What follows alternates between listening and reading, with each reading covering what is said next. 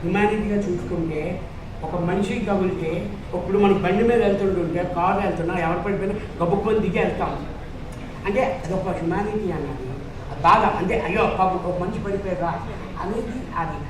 అలాంటప్పుడు ఇంత 97 days 98 days travel చేసి మన మనిషి మన పక్కనున్న మనిషి మనం తింటున్నది తినిపిస్తూ వాళ్ళు తింటున్నది మనకి తినిపిస్తూ అంతలాగా ఉన్నప్పుడు అంటే మన ఇంట్లో మనిషిలాగే వాళ్ళకి ఏమని అనిపిస్తే బాధ అనిపిస్తుంది అన్న. నిజంగా బాధ అనిపిస్తుంది, ఎవరికైనా బాధ అనిపిస్తుంది. అది నిజంగా రాలేనందుకు నిజంగా చాలా బాధగానే ఉంది. యాక్చువల్లీ టాప్ 3లో ఉంటాడని అనుకున్నాం, కానీ ఫస్ట్ 14th week తర్వాత టాప్ 3లోనే ఉన్నాడు ఏమో. టాప్ 2, 3 అది గ్రాఫ్ మారిపోయింది అన్న.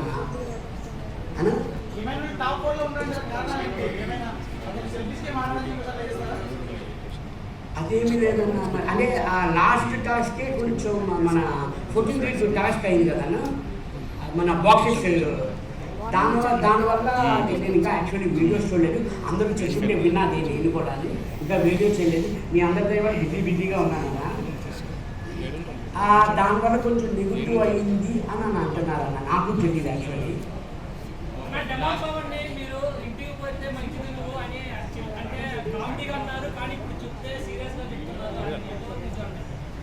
అన్న సుమంజీ నీకు సీరియసే రాదన్నా.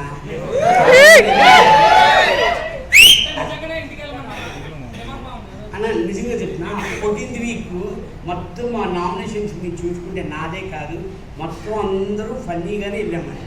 ఫన్నీగా ఎందుకంటే 14th week అన్న ఇంకొక 1 week ఉంటే అయిపోయింది బిగ్ బాస్. అది చెప్తున్నాను కదా, ఒక్కొక్క పాయింట్ అన్నది తీయలేమన్నా. మనవాళ్ళు కదా అనేది ఆ పాయింట్ తీయలేము మనం. కానీ బిగ్ బాస్ అనౌన్స్మెంట్ ఏంటి, ఒక్కొక్క కంటెస్టెంట్ 2 నామినేషన్ చేయాలి అని అన్నారు.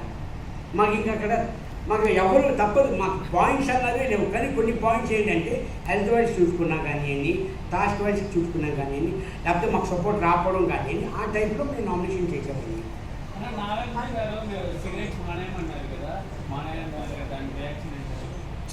ఇప్పుడు ఈ రియాక్షన్ కావాలా ఆన్సర్?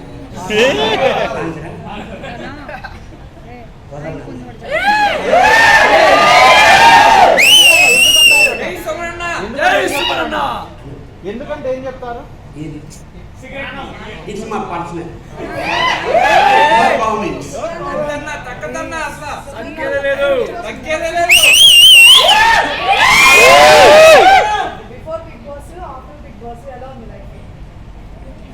అదే మేడం చాలా హ్యాపీగా ఉంది.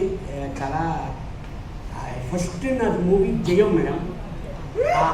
సక్సెస్ వస్తే ఎలాగుందో బిగ్ బాస్ నుంచి వచ్చిన తర్వాత అలాగుంది మేడం.